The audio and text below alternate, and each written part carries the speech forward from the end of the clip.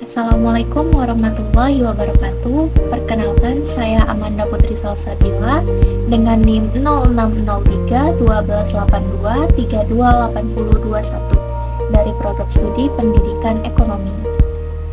Tujuan pembuatan video ini adalah untuk memenuhi tugas ulangan tengah semester mata kuliah Ekonomi Pembangunan yang diampu oleh Bapak Deskoni SPD MPD, Bapak M. Akbar Budiman SPD MSI, dan Bapak Beni Dwi Saputra SPD MPD.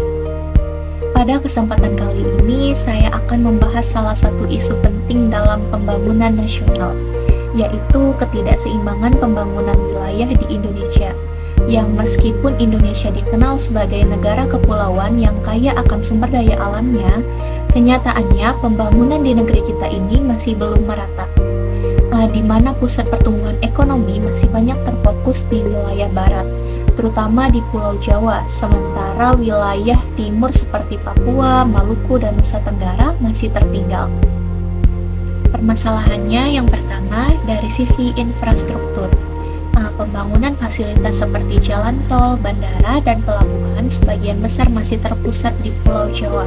Sementara di wilayah timur seperti Papua atau Maluku, akses transportasi masih terbatas. Akibatnya distribusi barang menjadi lebih mahal dan sulit, sehingga harga kebutuhan pokok di sana seringkali jauh lebih tinggi dibandingkan di Jawa. Yang kedua, dari sisi pendidikan. Fasilitas pendidikan dan tenaga pengajar yang memadai umumnya lebih banyak ditemukan di kota-kota besar di wilayah barat. Di beberapa daerah timur masih ada sekolah yang kekurangan guru dan fasilitas belajar. Bahkan ada anak-anak yang harus berjalan jauh hanya untuk bisa bersekolah. Kondisi tersebut tentu mempengaruhi kualitas sumber daya manusia di setiap wilayah. Yang ketiga, dari sisi lapangan pekerjaan.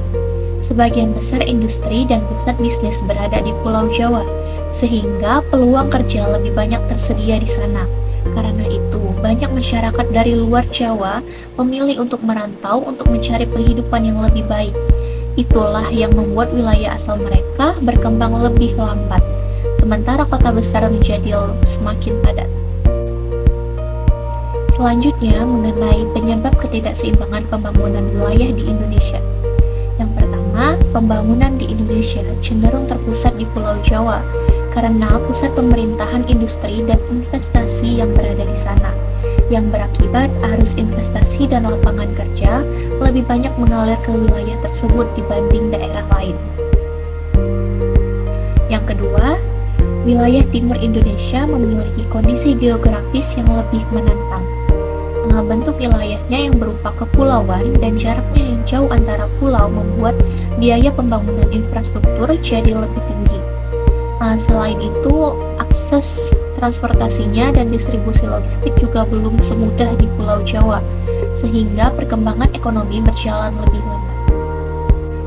Yang ketiga, kualitas sumber daya manusia dan fasilitas pendidikan di beberapa daerah masih tertinggal. Di wilayah timur, jumlah sekolah, guru, dan fasilitas pendidikan seringkali terbatas, yang berdampak pada kualitas SDM yang lebih rendah sehingga sulit bersaing dalam dunia kerja dan menarik investor ke daerah tersebut. Adapun dampak dari permasalahan tersebut yaitu yang pertama, pertumbuhan ekonomi yang lambat. Di daerah yang tertinggal, kegiatan ekonomi belum berjalan maksimal karena infrastruktur masih terbatas. Jalan belum memadai, akses ke pasar jauh, dan investasi juga belum banyak yang masuk. Akibatnya, roda ekonomi di sana berputar lebih pelan dibandingkan wilayah barat seperti Jawa. Yang kedua, tingkat kemiskinan yang lebih tinggi. Karena ekonomi tidak berkembang dengan baik, otomatis pendapatan masyarakat juga rendah. Banyak warga hanya mengandalkan pekerjaan sederhana seperti bertani atau berdagang kecil-kecilan. Hal ini yang membuat mereka sulit keluar dari garis kemiskinan dan kesejahteraan masyarakat jadi tertinggal. Yang terakhir, peluang kerja yang sedikit. Kurangnya industri dan investasi di daerah tertinggal membuat lapangan pekerjaan sangat terbatas. Akibatnya, banyak anak muda memilih merantau ke kota besar untuk mencari pekerjaan yang lebih layak. Inilah yang menyebabkan arus urbanisasi meningkat dan kota-kota besar menjadi semakin padat. Nah, adapun solusi untuk mengatasi permasalahan ketidakseimbangan pembangunan wilayah di Indonesia, yaitu yang pertama dari sisi pemerintahan. Di sini yang pertama ada program tol laut. Program ini dibuat untuk memperlancar pengiriman barang antar pulau, terutama ke wilayah timur Indonesia. Jadi, kapal-kapal logistik berlayar secara rutin untuk mendistribusikan kebutuhan pokok ke daerah-daerah yang jauh dari pusat ekonomi. Dampaknya, harga barang jadi lebih stabil dan masyarakat di wilayah terpencil bisa mendapatkan kebutuhan dengan harga yang lebih terjangkau. Selanjutnya, ada pemindahan ibu kota negara ke Kalimantan Timur, atau yang kita kenal dengan IKN Nusantara. Tujuannya bukan hanya memindahkan pusat pemerintahan, tapi juga menciptakan pusat pertumbuhan ekonomi baru di luar Pulau Jawa. Dengan adanya pembangunan infrastruktur besar-besaran di Kalimantan, diharapkan daerah sekitarnya ikut berkembang sehingga muncul lapangan kerja baru, investasi meningkat, dan kesejahteraan masyarakat bertambah. Kemudian, ada juga program dana desa. Melalui program ini, setiap desa mendapat anggaran langsung dari pemerintah pusat. Dana ini bisa digunakan untuk membangun jalan desa, memperbaiki fasilitas umum, atau mendukung usaha kecil masyarakat. Intinya, pembangunan ini tidak hanya datang dari pemerintah pusat, tapi juga tumbuh dari desa itu sendiri. Nah, sekarang kita bisa lihat dari sisi masyarakatnya. Yang pertama yaitu salah satunya dengan membangun usaha lokal.